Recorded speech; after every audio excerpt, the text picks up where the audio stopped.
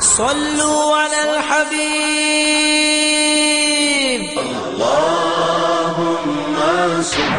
حضور صلی اللہ علیہ وسلم کو تو یقین تھا نا کہ میں اللہ کا نبی ہوں، میرا سٹیٹس کیا ہے. وَاعْلَمُوا أَنَّ فِيكُمْ رَسُولَ اللَّهِ. وہ قرآن جو تھا وہ براہ راست رسول اللہ صلی اللہ علیہ وسلم کے قلب پر نازل ہوا.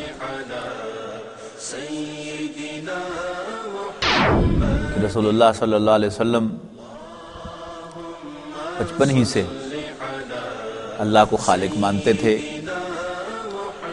اور عبادت کے لائق مانتے تھے اور اس کی عبادت میں کسی اور کو شریک نہیں کرتے. الحمدللہ وکفا والصلاة والسلام علی رسولہ الکریم. اما بعد فاعوذ باللہ من الشیطان الرجیم. بسم اللہ الرحمن الرحیم. انہ فکر وقدر فقتل کیف قدر ثم قتل کیف قدر ثم نظر ثم عبس وبصر ثم ادبر واستکبر فقال ان ھذا الا سحر یؤثر ان ھذا الا قول البشر. رسول اللہ صلی اللہ علیہ وسلم کی سیرت مطہرہ کا جو مطالعہ ہم کر رہے ہیں، پچھلی نشست میں ہم نے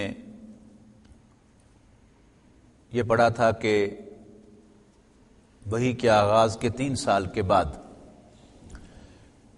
رسول اللہ صلی اللہ علیہ وسلم کو سر عام تبلیغ کا حکم ملا. آپ کوہ صفا پر چڑھے اور وہاں جا کر آپ نے وا صباحا کا نعرہ لگایا. لوگ اکٹھے ہوئے. رسول اللہ صلی اللہ علیہ وسلم نے ان کے سامنے اپنا پیغام رکھا. ابو لہب نے بہت نیگیٹیولی ریئیکٹ کیا، جس کا جواب سورۃ لہب کے اندر وارد ہوا قرآن مجید میں. اب اس کے جلد ہی بعد حج کا موسم آنے والا تھا. قریش کی ٹاپ براس، ان کی مجلس شورا تھی، دارالندوہ اسے کہتے تھے، جس میں وہ صلاح مشورے کیا کرتے تھے اور سارے اجتماعی فیصلے ہوتے تھے. تو قریش کے سردار سر جوڑ کر بیٹھے کہ اب کیسے روکا جائے اس پیغام کو. باہر سے لوگ آئیں گے اور محمد تو صلی اللہ علیہ وسلم چوکیں گے نہیں، اس موقع کو ضائع نہیں کریں گے، لہذا کیا کیا جائے. سب اکٹھے ہوئے. ولید بن مغیرہ رسول اللہ صلی اللہ علیہ وسلم کے مخالفین میں سے ایک بڑا بدقسمت شخص ہے، جس کا قرآن مجید میں 1 سے زائد مرتبہ ذکر آیا ہے اور بہت ہی برے الفاظ میں اسے کنڈیم کیا گیا ہے قرآن مجید میں. ابھی میں نے سورہ مدثر کی جو آیات اس کے بارے میں نازل ہوئی ہیں وہ تلاوت کی ہیں. ترجمہ ان آیات کا یہ ہے کہ اس نے سوچا اور اندازہ لگایا. مرے، ہلاک ہو، اس نے کیسا اندازہ لگایا. پھر ہلاک ہو، اس نے کیسا اندازہ لگایا. پھر نظر دوڑائی، پھر پیشانی سکیڑی اور منہ بسورا، پھر پلٹا اور تکبر کیا. آخر کار یہ کہنے لگا یہ نرالا جادو ہے جو پہلے سے نقل ہوتا آ رہا ہے، یہ محض انسان کا کلام ہے، کوئی وحی نہیں ہے. اس کی تفصیل یہ ہے کہ ولید بن مغیرہ جو تھا، سورہ قلم میں ذکر ہے کہ یہ ایک بہت مالدار شخص تھا اور اقلوتا تھا. باپ کی جائیداد بہت تھی اور جیسے وہ پنجابی کا محاورہ ہے کہ جنہاں دے گھر دانے انہاں دے کملے بھی سیانے. تو چونکہ مالدار آدمی تھا لہٰذا اس کی بات کو بڑی اہمیت دی جاتی تھی اور سمجھا جاتا تھا کہ بڑا سینسیبل آدمی ہے، بڑا عقل مند آدمی ہے. اور اس کی نیچر بھی ذرا انٹلیکچوئل قسم کی تھی، سافٹ تھا زبان کے اعتبار سے، اور بڑا ہی اس کا خاص لب و لہجہ تھا جو کسی کو آفینڈ نہیں کرتا تھا، اور بڑا فرینڈلی سی گفتگو کرتا تھا بظاہر۔ ایک مخصوص کردار ہے جو دیکھنے میں آتا ہے۔ اب اس سے لوگوں نے پوچھا کہ ہاں تم بتاؤ کہ کیا کیا جائے، تو اس نے بڑی ایکٹنگ کی۔ یہ ساری اس کی ایکٹنگ ہے جس کا نقشہ سورہ مدثر کی ان آیات میں کھینچا گیا ہے جو میں نے آپ کو سنائی ہیں، کہ اس نے تیوری چڑھائی، منہ بسوڑا اور یوں آسمان کی طرف دیکھا اور بظاہر غور و فکر کیا، اور آخر اس نے ایک اپنا فائنل ورڈکٹ دیا، یعنی قرآن مجید کی کچھ آیات جو ہیں ان کو سامنے رکھ کر اس نے ایکٹنگ کی اور فائنل فیصلہ دیا کہ ان ھذا الا سحر یوثر، کہ یہ ایک جادو ہے جو پہلے سے چلا آ رہا ہے۔ ان ھذا الا قول البشر، اور فائنل بات یہ ہے کہ یہ جو محمد کلام پیش کر رہے ہیں یہ اللہ کا کلام نہیں ہے، یعنی چھڑ دو ساریاں گلاں، یعنی چھڑ دو ساریاں گلاں، بس تم ایک ہی بات کی رٹ لگاتے رہو کہ یہ انسانی کلام ہے، یہ اللہ کا کلام نہیں ہے۔ یعنی سب باتوں کی ایک بات کہ رسول اللہ صلی اللہ علیہ وسلم نے اپنی رسالت کی نشانی کے طور پر قرآن مجید پیش کیا کہ یہ اللہ کا کلام ہے، اور اس نے فائنل فیصلہ یہ دیا کہ بس تم اسی پر زور دیتے رہو کہ یہ اللہ کا کلام نہیں، یہ انسانی کلام ہے۔ تو یعنی ان کی بات میں کہہ رہا ہوں کہ سارے غبارے میں سے ہوا نکل جائے گی اگر ہم یہ ثابت کرنے میں کامیاب ہو جائیں یا یہ باور کرانے میں کامیاب ہو جائیں کہ یہ اللہ کا کلام نہیں، انسانی کلام ہے۔ تو یہ اس نے فائنل جو ہے وہ مشورہ دیا اپنے ساتھیوں کو۔ اب رسول اللہ صلی اللہ علیہ وسلم کی مخالفت کے لیے قریش نے مختلف پلٹے کھائے اور مختلف طریقہ کار اختیار کیے۔ سب سے پہلا تھا مذاق اڑاؤ اس کا، پاگل کہو، مجنون کہو، یعنی مجنون کا عام طور ترجمہ ہم اردو میں تو پاگل کرتے ہیں، لیکن عربی زبان میں یہ جن سے نکلا ہے۔ مجنون ایسا شخص جس پر جنوں کا سایہ ہو، یعنی اگرچہ اصولی طور پر تو ولید بن مغیرہ نے جو رائے دی تھی اس وقت انہوں نے کہا کہ یہ ہے تو نہیں، نہ یہ پاگل ہے، نہ یہ مجنون ہے، نہ یہ جادوگر ہے، ان میں سے کچھ بھی نہیں ہے، لیکن رسول اللہ صلی اللہ علیہ وسلم کو تنگ کرنے کے لیے، آپ کو پریشان کرنے کے لیے انہوں نے سب سے پہلا فیصلہ یہ کیا کہ اس کو پاگل کہو یا آصیب زدہ کہو۔ نہیں، آدمی تو بڑا سینسیبل تھا، لیکن یہ جو بہت زیادہ ریاضتیں کرنے لگ گیا تھا نا جا کے غار حرا میں جا کر، یہ اس کی خشکی چڑھ گئی ہے، اس پر اس کی مت ماری گئی ہے، اس پر جنوں کا سایہ ہو گیا ہے، اور جب جنوں کا سایہ ہو جاتا ہے تو آپ کو معلوم ہے نا کہ بہکی بہکی باتیں جو ہے انسان کرتا ہے، تو یہ ایسے الٹی سیدھی باتیں اس لیے کر رہا ہے۔ پھر کہا کہ شاعر ہے۔ اچھا، یہ جو ایکسپریشن تھا کہ یہ شاعر ہے، یہ بڑا ڈیپ ایکسپریشن تھا۔ شاعر بھی زمین و آسمان کے کلابے ملاتے ہیں، اب نارمل باتیں کرتے ہیں، یہ بھی اب نارمل باتیں کر رہے ہیں۔ انہیں کہو کہ تم شاعر ہو، بہت انٹلیکچوئل ہو،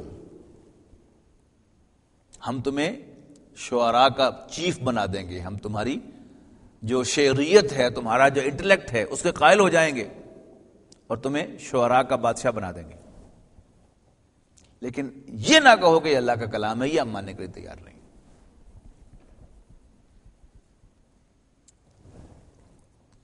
اس سے بھی بات نہیں بنی تو ایک دوسری صورت اختیار کی گئی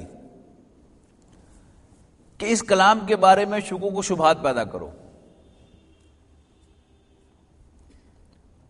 یہ پرانی قصے ہیں، یعنی قصہ خوانی جو ہے یہ ہمیشہ سے یعنی لٹریچر کے اندر ایک خاص صنف رہی ہے، قصہ خوانی۔ جیسے شاعری ایک صنف ہے، ایسے ہی قصہ خوانی یہ بھی ایک صنف ہے. پھر ان دونوں کو جو ہے ملا دیا جاتا ہے. جیسے ہمارے ہاں مشہور قصے جو ہیں وہ لٹریچر کے اندر یہ پتہ نہیں ان کی حقیقت کتنی ہے کتنی نہیں ہے. کوئی سسی پنو کا قصہ ہے, کوئی انگریزی میں وہ اس کا ہے رومیو جولیٹ کا قصہ ہے, اسی طرح یہ لیلا مجنو ہے, اور پھر یہ ہیر رانجھا کی کہانی ہے. یہ کیا ہے؟ یہ اولڈ لیجنڈس. انہوں نے کہا اچھا اس کو یہ قرار دے دو, اور وہ بھی بڑے پاپولر ہوتے ہیں, لوگ ان کو غور سے سنتے ہیں, ان کے اندر اپنی ایک مزہ ہوتا ہے. تو یہ مزہ تو لوگوں کو آ رہا ہے, تو اب اس مزے کو ڈائیورٹ کر دو کہ اصل میں یہ کیونکہ اس کیٹیگری کی چیز ہے لہذا یہ آپ کو اس کے اندر کوئی مزہ آ رہا ہے, اس میں کلام اللہ کا مزہ نہیں ہے. یہ ہو گیا. تیسرا انداز انہوں نے یہ اختیار کیا کہ نضر بن حارث رسول اللہ صلی اللہ علیہ وسلم کے مخالفین میں سے ایک شخص تھا. اس نے بھی یہ سب باتیں جو محسوس کی کہ یہ بھی نہیں ہے, یہ بھی نہیں ہے, یہ بھی نہیں ہے, اور پھر وہ دوسرے علاقوں کا ایک چکر لگا کے آیا اور واپس آ کر اس نے کہا کہ تم یہ بات کہو, بلکہ وہ خود آ کر اس نے کلیم کیا کہ میں بھی اس سے بہتر کلام کہہ سکتا ہوں. یعنی آپ نوٹ کریں کہ وہ سارا کا سارا معاملہ جو وہ قرآن کے گرد گھوم رہا ہے. کیوں گھوم رہا ہے؟ کہ جو جن نشانیوں کا تقاضا قریش کر رہے تھے رسول اللہ صلی اللہ علیہ وسلم سے, ان میں سے کوئی نشانی اللہ نے دکھائی نہیں, نہ دکھانی تھی. ان کے مقابلے میں حضور صلی اللہ علیہ وسلم اپنی نبوت کا ثبوت کیا پیش کرتے تھے؟ قرآن, کہ دیکھو یہ ہے میرا کلام, یہ مجھ پر نازل ہوا ہے. اور وہ لوگ جو پہلے سے وہاں موجود تھے ان کے لیے تو واقعتاً وہ بہت بڑی نشانی تھی کہ 40 سال تک ایک شخص ان میں رہا جس کو اپنا نام بھی لکھنا اور پڑھنا نہیں آتا تھا, شاعری سے جس کو نفرت تھی, لیکن آل آف اے سڈن اس نے ایک بہترین کلام پیش کرنا شروع کر دیا. معجزہ تو تھا نا. اب مخالفت میں بھی جو اصل کوشش تھی وہ یہی تھی کہ کسی طریقے سے اس قرآن کو ثابت کر دیا جائے, یا ثابت نہ بھی کر سکیں باور کرا دیا جائے لوگوں کو کہ اللہ کا کلام نہیں ہے. تو نضر بن حارث نے آ کر کہا کہ میں بھی ایسا کلام کہہ سکتا ہوں, اور اس کے دیکھا دیکھی جو ہے یعنی ایک عام جو ہے ایک بات ہو گئی کہ ایسی کون سی بات ہے, ہم بھی ایسا کلام کہہ سکتے ہیں. اور جب ایک چیز کی رٹ لگائی جاتی ہے تو پھر کسی کو موقع ہی نہیں دیا جاتا کہ وہ اس سے کہے کہ ہاں پھر کرو پیش کسی نے نہیں کیا کلام قرآن کے مقابلے میں, لیکن بس ایک رٹ لگا دی, ہم بھی ایسا پیش کر سکتے ہیں. ایسی کوئی نئی بات نہیں ہے, کوئی آسمان سے نہیں لے کے آیا یہ. اس نے کہا میں بھی کہہ سکتا ہوں ایسا کلام, میں بھی ایسا کوئی شاعری کر سکتا ہوں. یہ ایک اسلوب اختیار کیا گیا. حضور صلی اللہ علیہ وسلم کی مخالفت میں ایک انداز جو تھا اس کا موری وہی تھا ولید بن مغیرہ. یہ تھا کہ جیسے میں نے کہا نا کہ بڑا سافٹ سپوکن آدمی تھا. اس نے رسول اللہ صلی اللہ علیہ وسلم کے یعنی اس میٹنگ میں تو اگرچہ اس نے مشورہ دیا کہ یہ کہہ دو, لیکن یہ ساتھ ساتھ رسول اللہ صلی اللہ علیہ وسلم کے کو وزٹ بھی کرتا رہتا تھا, اور بغیر فیس کے مفت مشورے بھی دیتا رہتا تھا رسول اللہ صلی اللہ علیہ وسلم کو. مشورے کیا دیتا تھا؟ میں اصل میں چاہتا یہ ہوں کہ کسی طریقے سے تمہارے اور درمیان اے محمد اور قریش کے درمیان کوئی پیچ اپ کرا دو, لیکن تم نے تو حد کر دی نا بالکل کہ ہٹ دھرمی پیچھے ہٹنے کے لیے تیار نہیں ہو. تھوڑا سا ذرا کچھ نہ کچھ تو کمپرومائزنگ ایٹیٹیوڈ اختیار کرو نا, تھوڑا سا تم نرم ہو جاؤ تو پھر میں ان سے بھی کچھ کہوں کہ وہ بھی تجھ سے ڈھیلے پڑ جائے تو کچھ بات جو ہے وہ بن جائے.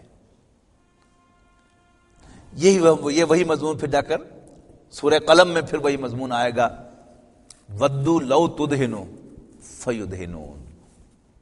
یہ چاہتے ہیں کہ اگر تم تھوڑے سے نرم پڑ جاؤ تو یہ بھی نرم پڑ جائیں, لیکن رسول اللہ صلی اللہ علیہ وسلم کو ہرگز اللہ تعالیٰ اس چیز کی اجازت نہیں دیتا کہ تم اس نرم پڑھنے کے چکر میں یا اپنے میسج کو ایکسیپٹیبل بنانے کے چکر میں میری بات میں سے ایک شوشہ بھی کم کرو، اجازت نہیں ہے.